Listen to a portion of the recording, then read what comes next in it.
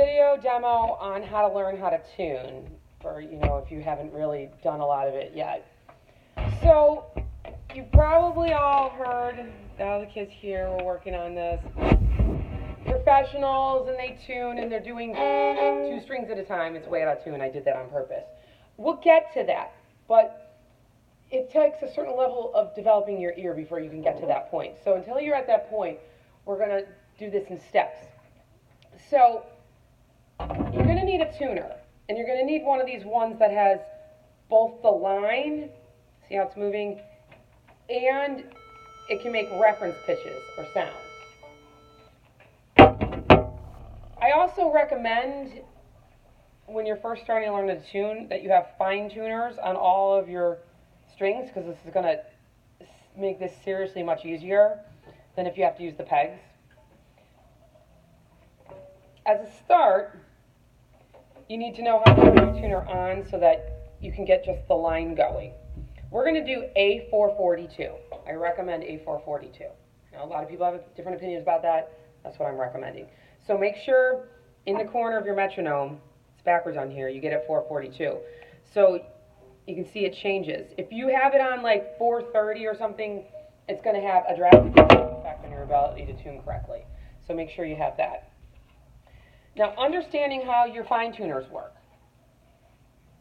To make it higher, you turn it to the right, or we call that clockwise. So it'd be going in the direction of a clock. To make the pitch go lower, you go counterclockwise. We're going to primarily be using these fine tuners right now. We can also tune with the pegs. I'll get into that in a second. With the pegs, you turn it away from you to make it higher and towards you to make it lower. Now, if you forget this, especially with the pegs, just think about this principle.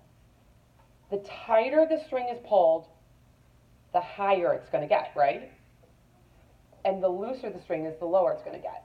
So if you look at your string and you follow it up to the peg, so I'm going to do, this is a viola, so I'm going to do D string up here, and you look, and you can see it's wound around it this way.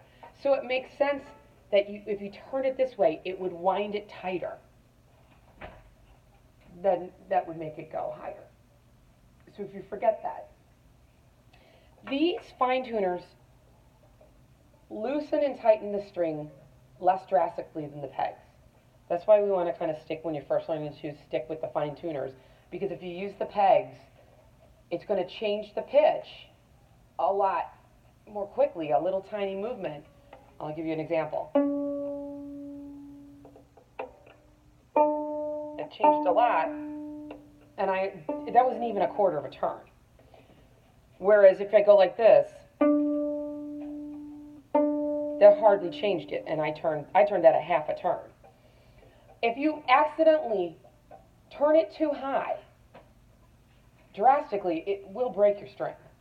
Or you could get where it's just so far off the pitch that it's not registering with the tuner correctly, and then you're kind of stuck until your lesson. So that's why I recommend just sort of not playing with the pegs unless you're feeling really comfortable with that.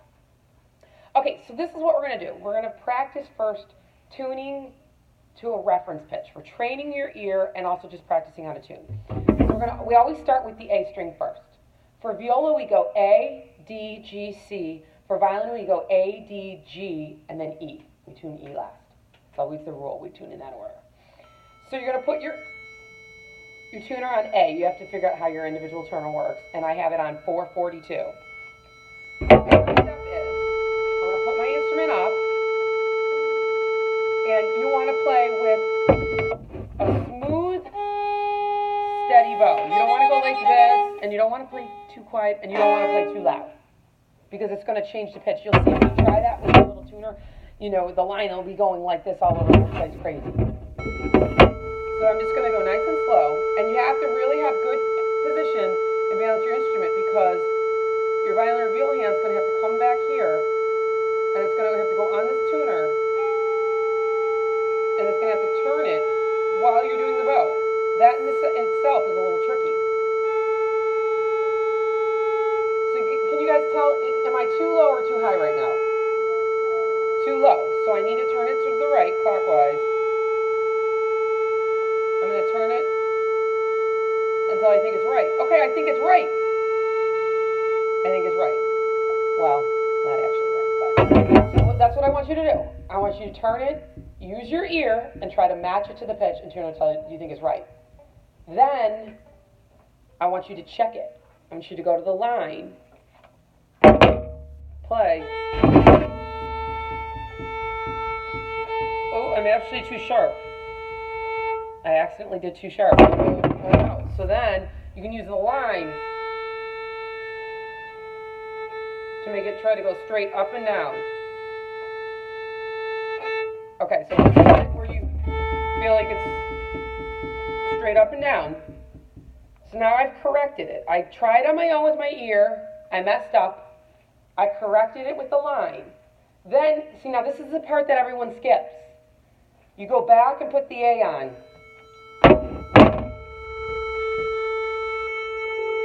I want you to play and listen to it for a second. And try to hear it blending. Because that's what I messed up on the first time. I didn't blend. And so I accidentally tuned it. I mean, I did it on purpose, obviously, for the video. But you understand what I'm saying? I accidentally did it too low, or too high. It was too high. And then I didn't hear the blend. So you have to teach yourself how to hear it. Does that make sense? Then you do the same thing with all the strings. I'll do D now, just to show you. So I'll put it on the note D.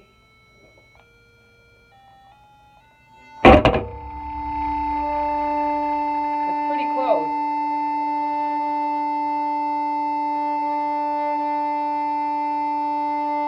Nice and smooth bow. Hanging them a little high. There. Okay, so then I'm going to go back and just listen to it because it wasn't perfect.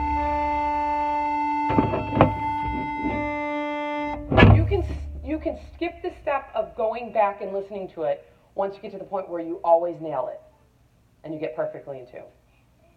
If every time, if like for, you know, a whole month, every time you go back, you have it perfectly in tune, then you can start skipping that step. Then the next step would be, and it might take you a while, once you get to where you always nail it, doing it like that, then I want you to listen and play your two strings that are next to each other in a perfect fit. The advanced way to tune, the professional way, is to just tune the A to the reference pitch. Not use the line, because you wouldn't stop doing that until you got to the point where you were always perfect. And then you tune your D string a perfect fit to your A string. So I'm going to make my D string out of tune. My A string is in tune, my D is out of tune. What is my D? Too high or too low? Adele. Okay. I'm going to tune it, and I want you guys to raise your hand when you think that they match.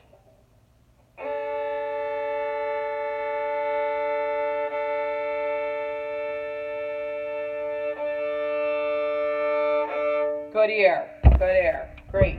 Good, guys. So that's actually how you tune professionally. When you get to this step where you want to try, you still have to tune the A to a tuner. Unless you have amazing perfect pitch, which you can ask me in your lesson and I'll tell you if I think you do, you have to use a tuner just to get the A right. But then you can tune the D to the A and the G to the D, and if you viola, C to the G, or violin, E to A. You go in that order. Does that make sense? Now, using the peg. We talked about turning the peg. One rule if you're going to use the peg. Always turn it a little bit lower before you go higher, no matter which direction it's in. Why do you think that's important, Lucas?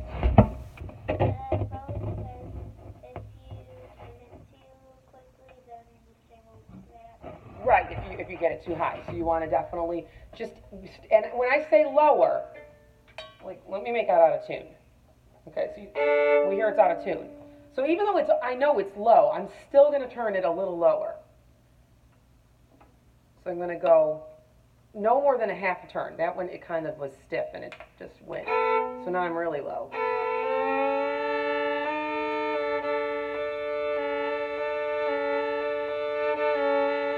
See, I keep going low, up to it. Oh, I went past it, go down. Oh, not quite there, go down again. Go down again.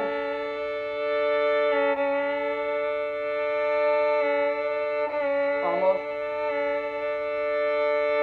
So every time when I missed it, I went back down again and then came up. That's kind of a rule about it. Now, whoever's viola this is, Lucas, the pegs were a little stiff. If you try using your peg, or your teacher tells you in your lesson, if you want to start using your pegs and ask your teacher in your lesson, if your pegs are stiff, you can take it to the shop and they can fix that. Generally speaking, on violin, every violin has an E string fine tuner. You're almost going to never use the peg unless it's way off, because the E is the thinnest string and the most likely to break. Don't use the peg unless you really need to, okay? Or you're really good at using your pegs. Otherwise, you'll break 100 E strings. The other thing about the pegs, so if they're stiff, you can bring it to the violin shop and they can fix it. They are tapered shape, meaning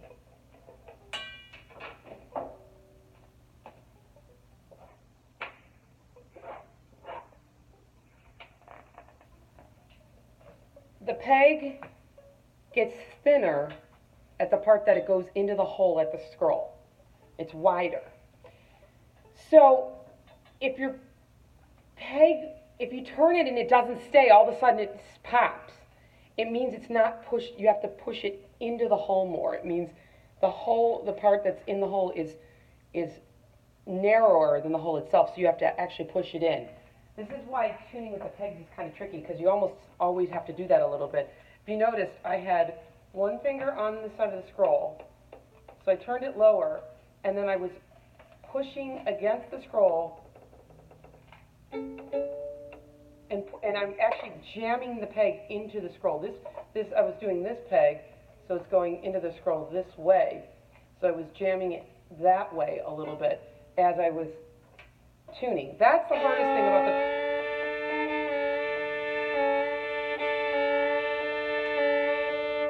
It takes a certain amount of physical strength to actually do that, and I'll be honest, I think most kids probably don't have that kind of strength and coordination until about middle school, even if you're playing really advanced for your age. So I wouldn't do too much peg stuff.